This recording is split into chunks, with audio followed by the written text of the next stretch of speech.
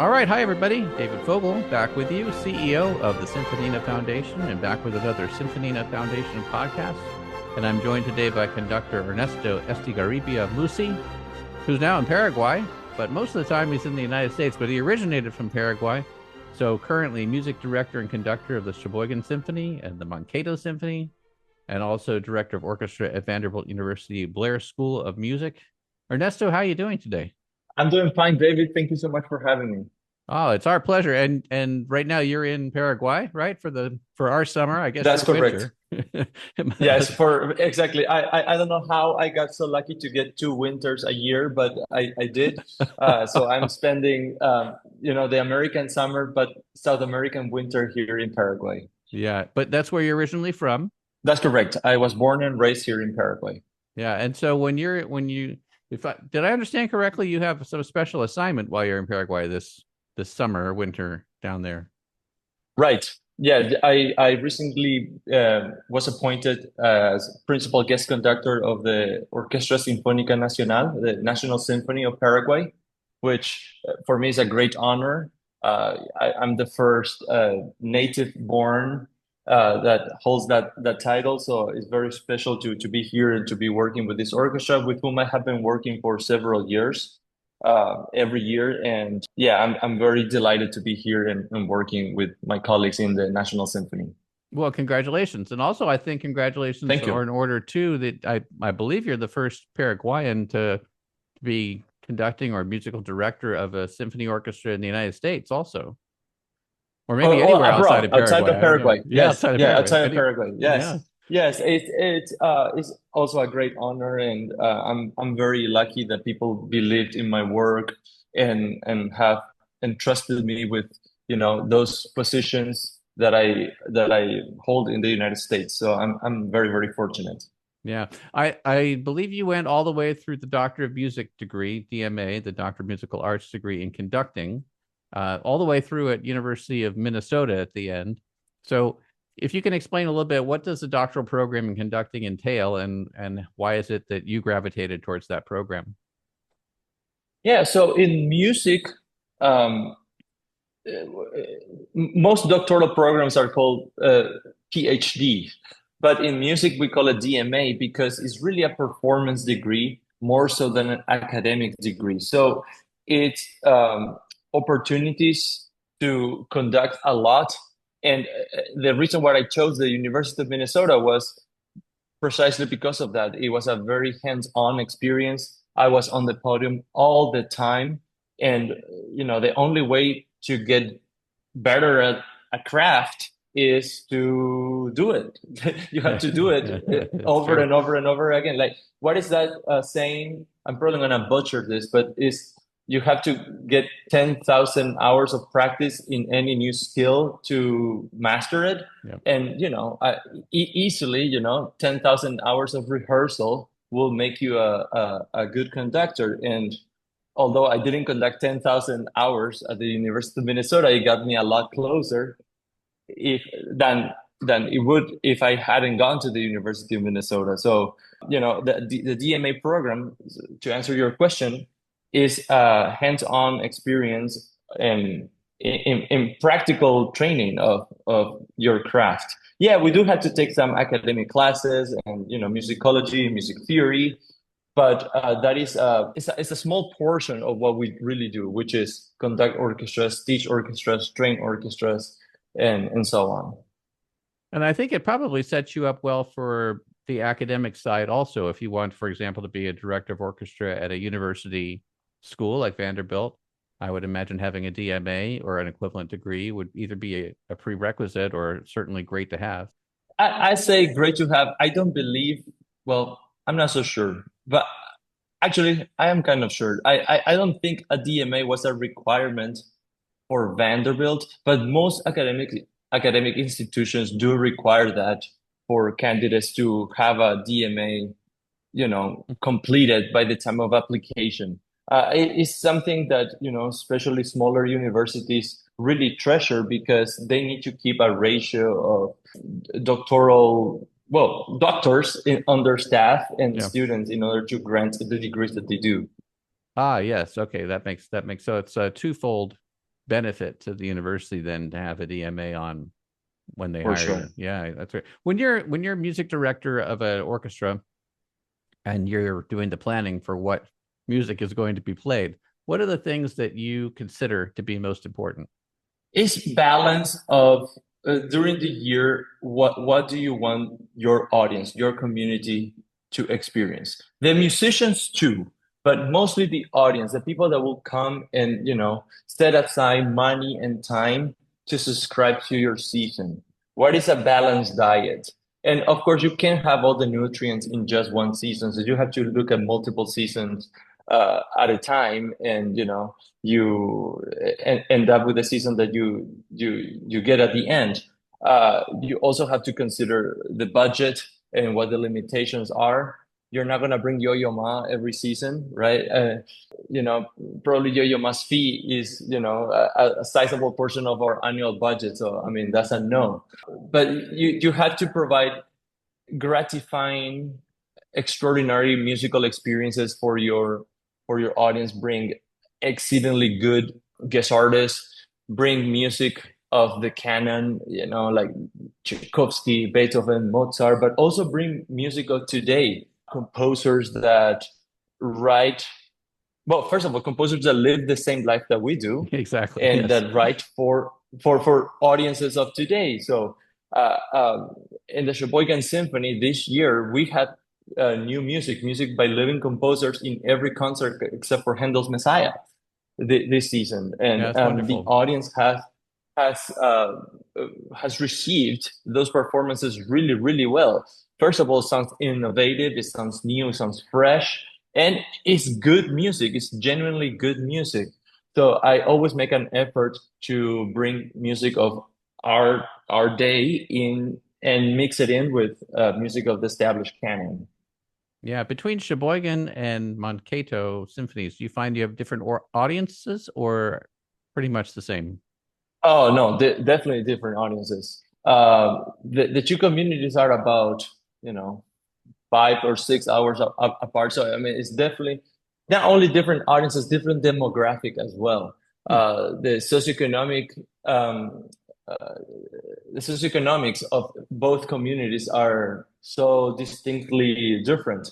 Um, but there is a lot that I tend to do with both orchestras that is the same repertoire and is amazingly well received also. So it speaks of the universality of music, right? How communities that are different can appreciate the same art form and the same pieces of music, the same composers. So yeah, so it's an interesting journey for me to experience all those nuances, all those differences between communities. I understand when you were growing up, you started playing stringed instruments and gravitated towards the viola, if that's, and then Yeah, you ended up going into conducting. So do you still play viola? I play viola very seldomly, but I do. I really like to. I play viola for social reasons only. When people would like to, throw like these infamous chamber music parties and just read music that we can find on IMSLP and eat snack and they continue reading music and continue reading music. Uh, I'm privileged to be at an institution like Vanderbilt where not only the students not only are really really good musicians, but they love music so much that on the weekends, how do they decide to have fun? These are not your average college students, by the way. Like I'm sure they do parties and all that, but like very often I'm there on a Saturday morning and we're reading this Mozart quintet or Mendelssohn quintet or Brahms sextet and spend a whole morning, early afternoon doing this. And for those events, of course, I bring my viola, but it's unbelievable, like how your skills go down when you don't practice as much. I mean, I wish I could practice more often, but I unfortunately don't have the time. But your trills start to get slower, your vibrato starts to hurt, holding the viola tends to be heavy, and it's just funny to experience that. When you're practicing, when you were practicing, I guess, how much time in a day did you put in for practicing? Well, when I was growing up here in Paraguay, it was very intense. I would do anywhere between 5 and 8 hours a day. Yeah. Uh, and we kind of competed with one another, like who can practice the longest hours, who can practice more. And nowadays, or like I would say, after my time in Paraguay, I realized that it's not about how many hours you put in. It's about don't count the hours, but make the hours count, right? And do quality practice. You have to have again the concept of a balanced diet. You have to do your physical exercises of just like practice your vibrato or practice dropping the fingers or lifting the fingers or open strings, then do your technical exercises, then do etudes, then you do a concerto, a sonata, an unaccompanied piece, practice your chamber music, practice your orchestra music, and then you're done. But it's about doing focus practice, extremely mindful practice, and that takes you along a longer way than 8 hours of mindless practicing just for the sake of beating your friends and practicing longer than them. Yeah. Do you have a difference in suggestions between, let's say, young kids who are starting and what their aspirations should be in terms of, let's say, practice habits at least, and older, maybe adults who have other responsibilities, but either played when they were younger or want to get into an instrument later in life? Sometimes, I Yeah, speak to people in those realms, and it's different guidance that I give. But I'm curious what guidance you give. I'll say you have to love music. You have to love music no matter what, because when you don't feel like doing anything, you don't feel like practicing, is the love of music that will get you out of bed and practice a very slow scale. Is when you're anxious and you don't feel like, you know, opening the case of your instrument, is that love of music. Is the sound of your favorite symphony, of the second theme of the beautiful concerto that you once learned once you were a child. That is what will motivate you to practice. Also, attend performances. I am amazed at how many music students there are in our world that do not have the habit of being music consumers. You have to consume an incredible amount of music in media, but also in live performance all the time in order to be, well versed in this. I'm always happy when I go to the Nashville Symphony because it's my local orchestra and also it's a fantastic ensemble. Often, and I'm always happy and proud when I see my Vanderbilt students in the audience, or I see them in the lobby attending the concert. That's a very important thing to do. You have to be a serial consumer of music. Listen to music that you like. Also, listen to music that you never heard before. Listen to music written last week or music written last century. It's so crucial to listen to music. And I still like when I was a kid, I remember attending concerts and just being so I don't know, perky, so motivated that I would come home and play my instrument, my viola, for half an hour before I go to bed. And I still have the same energy now when I attend performances, and it's so exhilarating. And they play the finale and have so much energy. All I want to do is go home and play my instrument. Um, I don't always play my instrument anymore now, but I still have the same energy. So find a way to consume music and find a way for music that you consume to fuel that energy, to keep fueling that energy into your practice habits.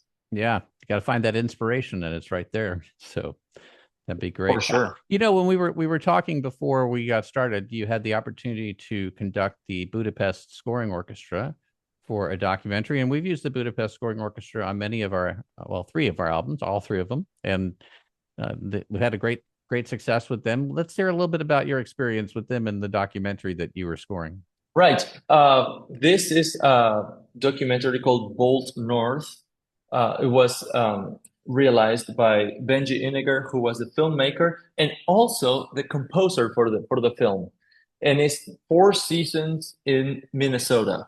And he spent a whole year in the wild, in the wild, bold north of Minnesota, just recording, filming incredible shots of nature, of birds, of other animals. And he afterwards edited the film and he made the score for it. And what I love about it is that there's no dialogue, there's no sound, there's no sound effects or anything. The music does all the speaking. So you have the beautiful images that you'll get from, nature in all the four seasons, and then the music that goes with it.